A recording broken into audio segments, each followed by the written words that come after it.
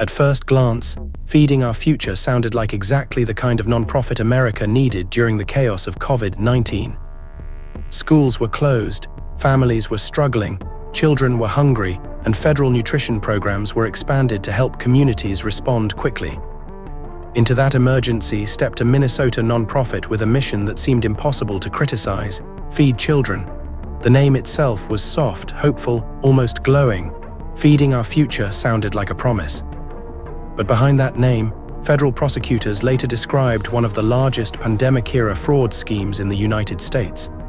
A vast, spinning machine of fake meal sites, inflated invoices, fabricated attendance rosters, shell companies, kickbacks, luxury purchases, and brazen courtroom drama. This was not merely a fraud case, it was a fraud vortex. A vortex pulls everything around it inward. That is what the Feeding Our Future scheme did. It pulled in nonprofit administrators, restaurants, shell companies, supposed meal sites, state oversight systems, federal reimbursement dollars, luxury real estate, jurors, politicians, auditors, and eventually the entire public imagination. What began as a federal child nutrition program became, according to prosecutors, a feeding frenzy. The money was supposed to buy meals for low-income children. Instead, much of it allegedly and in many cases provably flowed into personal bank accounts, homes, cars, travel, commercial properties, and international assets. The scandal became a symbol of how emergency relief programs can be exploited when urgent compassion meets weak oversight. The numbers were almost cartoonishly large. Federal prosecutors said defendants falsely claimed to have served tens of millions of meals and received roughly $250 million in federal funds. In the original 2022 announcement, the Department of Justice charged 47 defendants and described the case as the largest pandemic relief fraud scheme charged at that time. By 2026, the case had expanded dramatically, with more than 70 people charged and dozens convicted. Amy Bock, the founder and executive director of Feeding Our Future, was convicted in 2025 and sentenced in May 2026 to 500 months in prison, more than 41 years for her role in the scheme. The nonprofit's wholesome name had become attached to one of the most notorious public benefits thefts in modern American history. To understand the scandal, one must first understand the machine the defendants allegedly manipulated. The federal child nutrition programs at issue included programs such as the Child and Adult Care Food Program and the Summer Food Service Program. These programs reimburse approved organizations for serving meals to children. The idea is straightforward.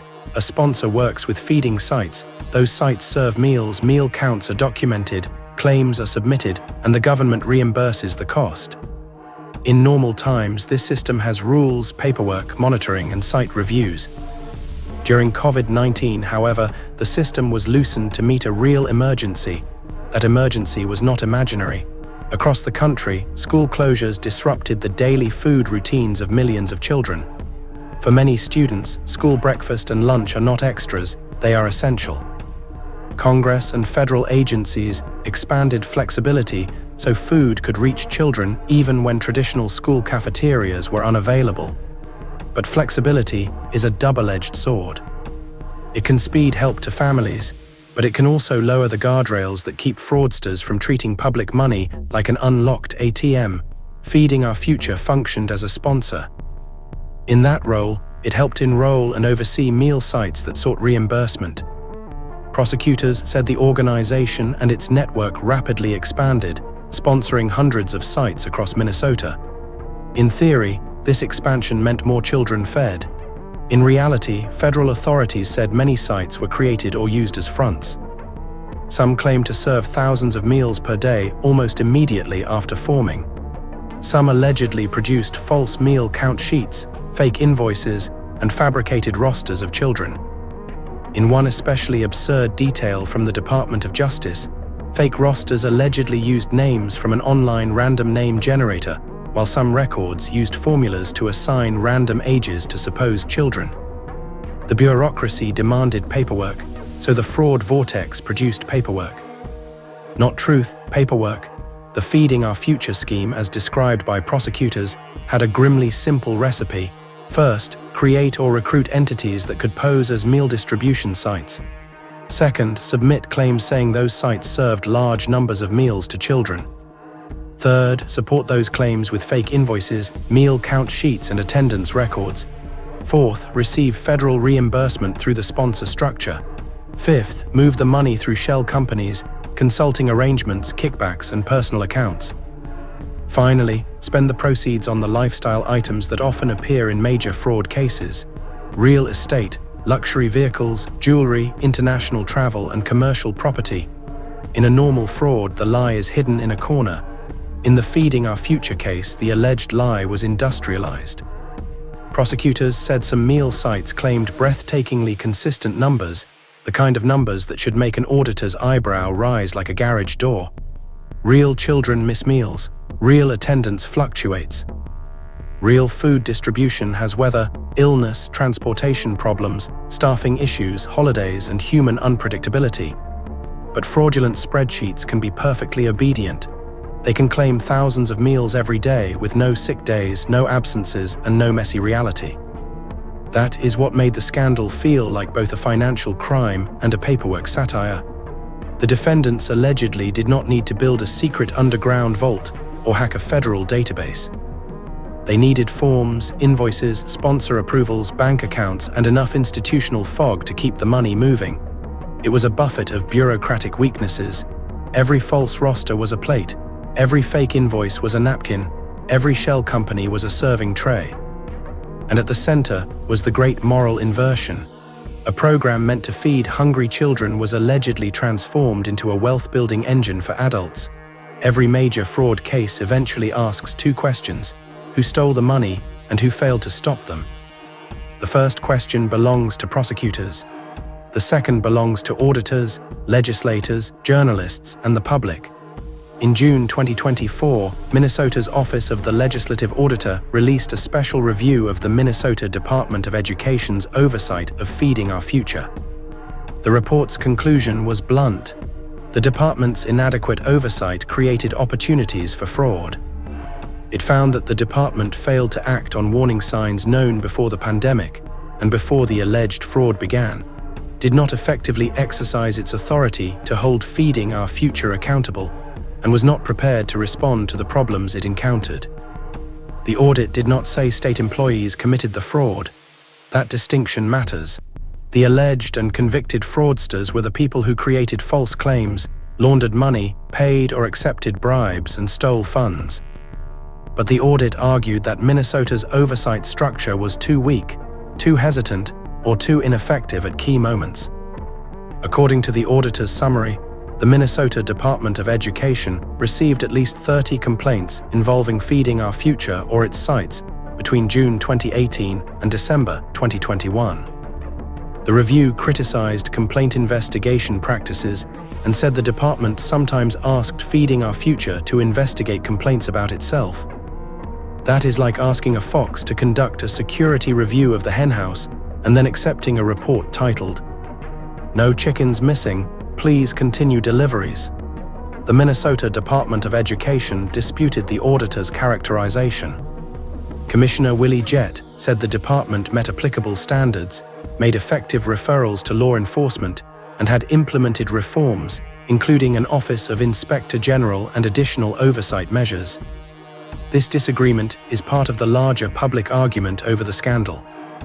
Was the state agency a victim of sophisticated deception, a weak regulator that missed obvious warnings, or both? The most reasonable answer may be uncomfortable. A determined fraud network met a vulnerable system during a national emergency, and the system bent until it broke. A scandal of this size does not revolve around one person alone, but certain names became central. Amy Bock, Feeding Our Future's founder and executive director, was accused by prosecutors of being at the center of the operation. She denied wrongdoing for years, but in March 2025, a federal jury convicted her and co-defendant Salim said in connection with the scheme. Prosecutors said Bock and said oversaw a massive fraud carried out through sites under Feeding Our Future's sponsorship and falsely claimed to have served 91 million meals. In May 2026, Bok received a sentence of 500 months in prison. Salim said, associated with Safari Restaurant, was also convicted. Other defendants included restaurant owners, site operators, vendors, and individuals accused of laundering funds or paying kickbacks. As the case expanded, federal prosecutors continued to announce guilty pleas and new charges. By April 2026, the Justice Department said the number of defendants convicted scheme-wide had reached 65. The cast was sprawling because the alleged business model was sprawling. It did not require every participant to play the same role. Some allegedly created fake meal sites. Some submitted claims, some produced invoices, some moved money, some received funds and purchased assets, some allegedly paid kickbacks to keep the operation spinning. The Vortex worked because each participant did not need to control the whole machine, they only needed to keep their piece turning. The phrase, fake meals, sounds almost silly until one remembers what it means. It means meals that were claimed but not served. It means children used as imaginary entries on a reimbursement form. It means hunger converted into accounting fiction. It means public compassion exploited through paperwork. The DOJ alleged that defendants submitted fraudulent meal count sheets, false food purchase invoices, and fake attendance rosters. The details are striking because they reveal the mechanics of dishonesty. Fraud often depends on making fiction look boring. A fake roster is not dramatic. It does not wear a ski mask. It simply sits in a file and pretends to be evidence. But when multiplied by thousands or millions, boring documents become a weapon. The Feeding Our Future scandal shows that in modern public benefits fraud, the most dangerous tool may not be a crowbar, it may be a spreadsheet. The entertainment value of the story, if one can call it, that comes from the almost slapstick mismatch between the noble purpose and the alleged conduct. A program meant to feed children became a pipeline to luxury, a non-profit became a toll booth, a meal site became a money site. The whole operation seemed to ask, what if Oliver Twist asked for more and someone submitted an invoice for 91 million bowls of soup? The stolen money did not vanish into smoke. Prosecutors said it was used for luxury cars, houses, jewelry, commercial real estate, international travel, and property abroad. This is common in major fraud cases because stolen money has to go somewhere. The fraudster's problem is not simply how to get the money, but how to enjoy it without revealing the crime. Shell companies and fake consulting arrangements can create the appearance of legitimate business activity, but lavish spending often tells its own story. Money laundering is the art of giving dirty money a bath. In the Feeding Our Future case, the bathwater allegedly included shell companies and disguised payments. Federal prosecutors described bribes and kickbacks, sometimes paid in cash or disguised as consulting fees. This matters because it suggests the scheme was not just opportunistic overbilling. It was allegedly a network with incentives. People were paid to keep doors open, claims moving, and questions quiet. The tragedy is that every dollar diverted was a dollar that could have supported a legitimate meal, a legitimate provider, or a legitimate family need. Public money always has a moral destination. In this case, prosecutors said that destination was hijacked. Just when the Feeding Our Future case seemed already dramatic enough, the courtroom produced one of the most astonishing side plots in recent federal trial history, an alleged attempt to bribe a juror. In 2024, during the first trial connected to the broader case, federal authorities charged 5 people with conspiring to deliver a $120,000 cash bribe to a juror in exchange for a not guilty vote. According to the Justice Department, the conspirators targeted Juror 52, researched her personal information, and arranged for cash to be delivered to her home. The episode sounded like something rejected from a legal thriller for being too obvious. A bag of cash, a juror, a high-profile fraud trial, a request for acquittal. It was as if the fraud vortex, having consumed federal nutrition funds, decided to spin directly into the jury box. The juror reported the bribe, and the attempted scheme became its own criminal case. Multiple defendants later pleaded guilty in connection with the juror bribery plot. The bribery episode matters because it revealed something deeper than panic. It suggested a worldview in which systems are not institutions to be respected, but obstacles to be purchased. If meal sites can be invented, invoices fabricated and rosters manufactured, why not try to buy a verdict too? The alleged juror bribery plot was the scandal's perfect dark punchline. A fraud case so brazen that even the trial allegedly became a target for fraud. The Feeding Our Future scandal inevitably became political. How could it not? It involved federal money, state oversight, pandemic emergency programs, non-profit accountability, immigration narratives, welfare fraud debates, and public trust. Critics accused Minnesota officials of failing to act quickly enough. State officials emphasized that the fraudsters were responsible for the theft and that the state had referred concerns to law enforcement. The legislative audit intensified the debate by criticizing the Minnesota Department of Education's oversight, while also documenting the agency's response and reforms. By 2026, the political storm had grown larger, with congressional scrutiny and partisan accusations surrounding Minnesota fraud cases more broadly. But any serious treatment of the Feeding Our Future scandal must separate proven facts from political fog. The proven core is already disturbing enough. A massive fraud occurred, many defendants were charged, many were convicted, and public systems failed to prevent the loss at scale. Political actors may use the scandal to argue many things, but the central lesson should not be reduced to a campaign slogan. Fraud prevention is not partisan. Feeding children is not partisan. Protecting emergency aid from theft should not be partisan. The scandal's political usefulness comes from its symbolism. To critics of government spending, it is proof that public programs are vulnerable to abuse. To defenders of social programs, it is proof that oversight must be strengthened so legitimate aid is not discredited by criminals. To communities that rely on nutrition programs, it is a bitter reminder that fraud does not merely steal money, it steals trust. The Feeding Our Future fraud vortex worked because several forces aligned. First, there was urgency. COVID-19 created real need and pressure to move funds quickly. Second, there was flexibility. Emergency waivers and relaxed procedures made rapid expansion possible. Third, there was scale. Once a reimbursement system can be manipulated, each fake site and fake claim multiplies the damage. Fourth, there was paperwork dependency. If the system relies heavily on submitted documents, then fabricated documents can become keys to the vault. Fifth, there was oversight weakness. Auditors later found that warning signs were not handled effectively. Sixth, there was greed. No system can be fully fraud-proof when enough people are willing to lie, recruit, launder, and bribe. The vortex metaphor matters because the scandal was not a single bad act. It was a spinning structure. Money attracted participants. Participants created more claims. More claims created more money. More money created more confidence. More confidence created more recklessness. Eventually, the scheme grew so large that its own absurdity became evidence against it. It is easy to focus on the $250 million figure because it is enormous, but the human cost is deeper. Children in need became props in a financial fiction. Legitimate non-profits and meal providers suffered reputational damage. Taxpayers were betrayed. Public agencies lost credibility. Communities that already faced suspicion around benefits programs were placed under harsher public scrutiny. And every future emergency relief effort will carry the shadow of this scandal. The Feeding Our Future case also harms the moral imagination. Public programs depend on trust. Trust that the hungry are real.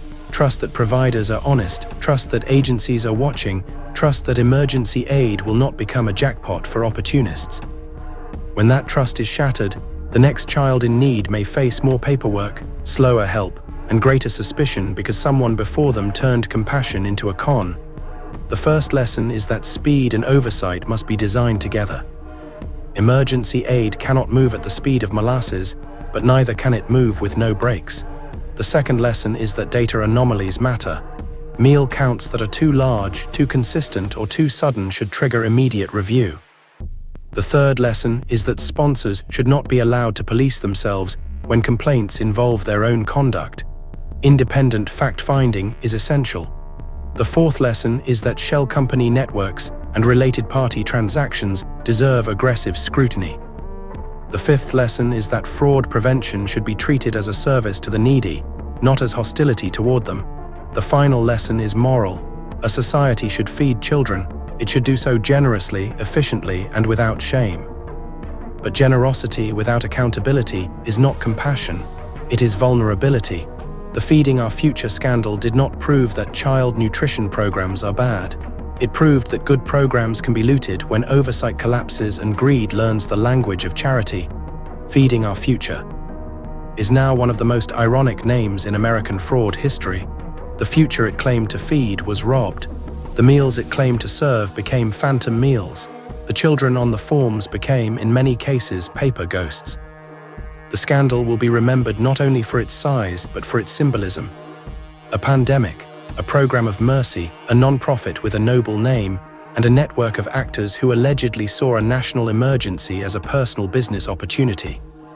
The fraud vortex spun through Minnesota, but its lessons belong to the whole country. In every emergency, there will be helpers. There will also be hunters. The task of government is to move quickly enough to help the helpers and carefully enough to stop the hunters. Feeding children should never become a get-rich-quick scheme. A meal program should not be a casino. A non-profit should not be a disguise. And a bag of cash should never find its way to a juror's doorstep. The Feeding Our Future scandal is outrageous, tragic, and almost unbelievable, but it is also instructive. It shows how fraud grows when paperwork replaces proof, when urgency overwhelms skepticism, and when public money moves faster than public accountability. Above all, it reminds us that the victims of fraud are not only taxpayers. They are the people whose suffering made the money available in the first place. Think this story was shocking? The deeper you dig, the darker it gets. Watch our investigative series exposing the rise and collapse of powerful political empires. Hit subscribe to Corrupt Roots and tell us in the comments, what hidden trail of corruption should we uncover next?